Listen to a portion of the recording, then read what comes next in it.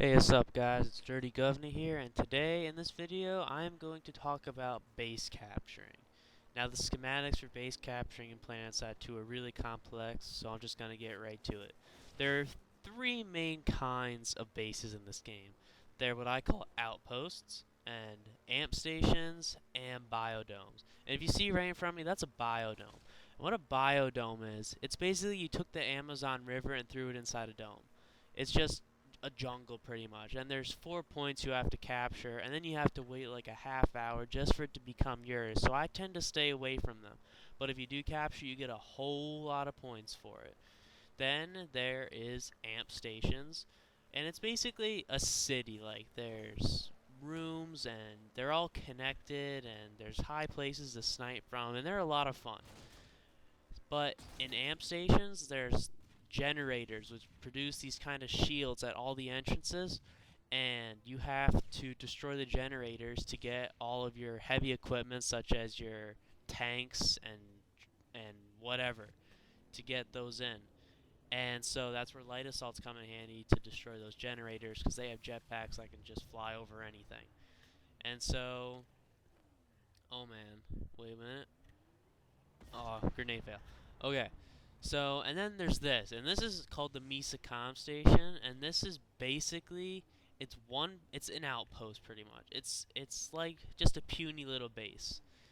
But I like these because these are where I can get into some intense fights because they're so small and sometimes need a lot of people in them. And so they only have 1 point. Oh wait, hang on, look at this boy. Oh, get some. So Now, now I'm gonna go capture. There's only 1 point. I'm gonna go capture this point, and then I only have to wait like a couple minutes to get this point. So see that red bar at the top going down. It's becoming mine, and it's mine. So now, see the red bar, how it's going pretty fast? That means I'm taking this base from the Terran Republic.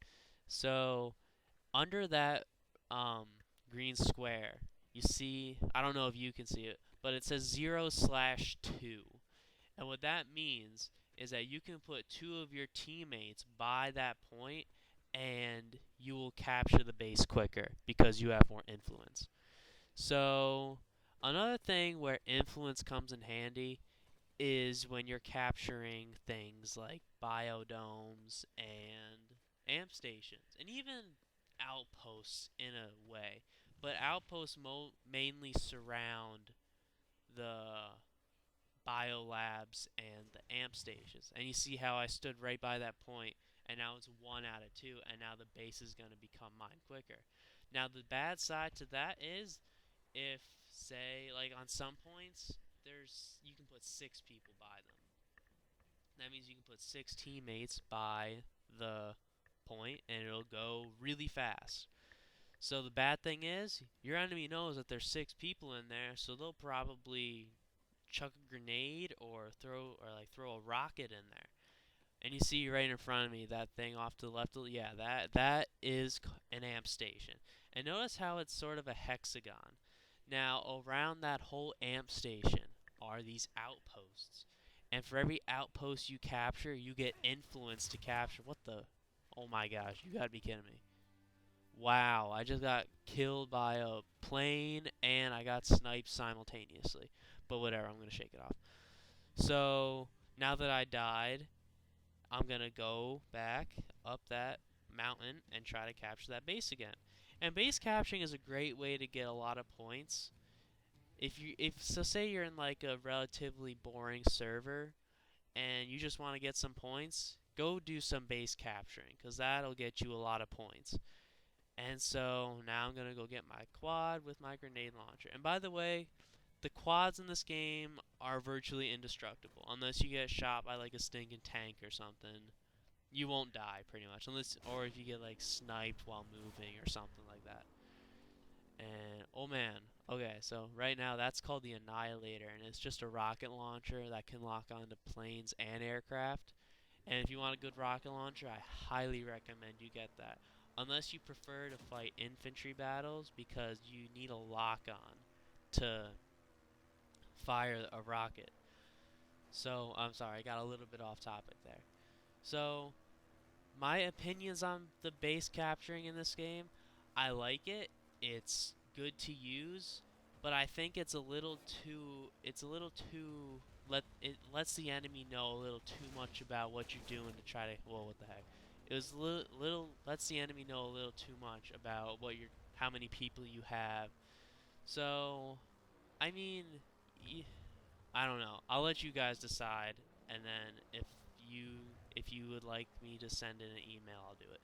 So now I'm gonna go back up, and there's a guy, and I don't get him because this thing is completely inaccurate and the bullet drop stinks.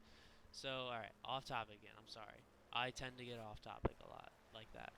So, um, oh, one other thing.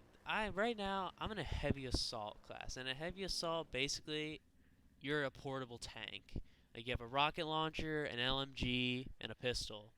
And in my opinion, though the LMG is way too overpowered. It's not even funny. So see, like that, I could have easily picked off those guys, but right now I have a suppressor, which means that it increases bullet drop. So I'd have to get a lucky shot to hit him. So on this gun right now, this is called I think it's pronounced a Gauss. I think it's the Gauss Saw. And this gun is insane. Like it's 5 hit kill. It's ridiculous. 2 hit headshot. And oh boy, get ready for this, guys. These guys are gonna get it in the butt or in the face. So, um, the guns are any heavy assault gun is overpowered in this game, in my opinion. So, oh boy, oh man, get some. Yes, oh yeah, that's right, in the face again. So, right now I have a suppressor which increases bullet drop, a foregrip, which decreases recoil, and oh yeah, that's right. You better get down there. And high velocity ammunition, which kind of gets rid of the negative effects of a suppressor, and a um, red dot scope. And so, say I had like a three times scope, and I was say half a mile out from a person, I could shoot 2 rounds down range. And if they were both headshots, the guy would die. Now, considering that, sure, it's futuristic, why not? But I think that's a little. There has to be an accuracy adjustment in these guns, I think. Oh! Oh man. Okay, yeah. See, I don't like snipers, so I kind of know where they are. So, right now, I have no people on my team, even though I'm calling for my squad for backup, but they're not going to come. So,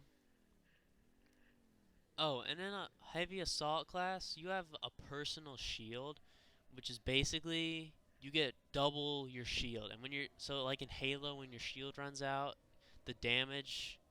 Oh boy. Oh, I'm gonna get off topic for 10 more seconds here. See that red thing there? You can't shoot in that, but they can shoot out of it, which is really annoying. So, unless you like shoot a tank round at it and the guy's like right behind the shield thing, it'll kill him. But you can't like shoot a bullet in there. They can only shoot out of it. And so, back to the heavy assault personal shield. So basically, it doubles your shield, and it gives you like twice the health, basically, of a normal without the shield. And I mean, sure, it's great. I just think it's way too much because it ruins the game for the person on the other end of the heavy assault shield. So I'm gonna end this video right now, and I'm gonna file some complaints to Sony Online Entertainment. And as you'll see, I'll kind of destroy this guy, and then the funniest thing happens at the end. So hope you enjoy it, and I'll upload. Oh boy, Max. All right, so I'll upload more videos soon. So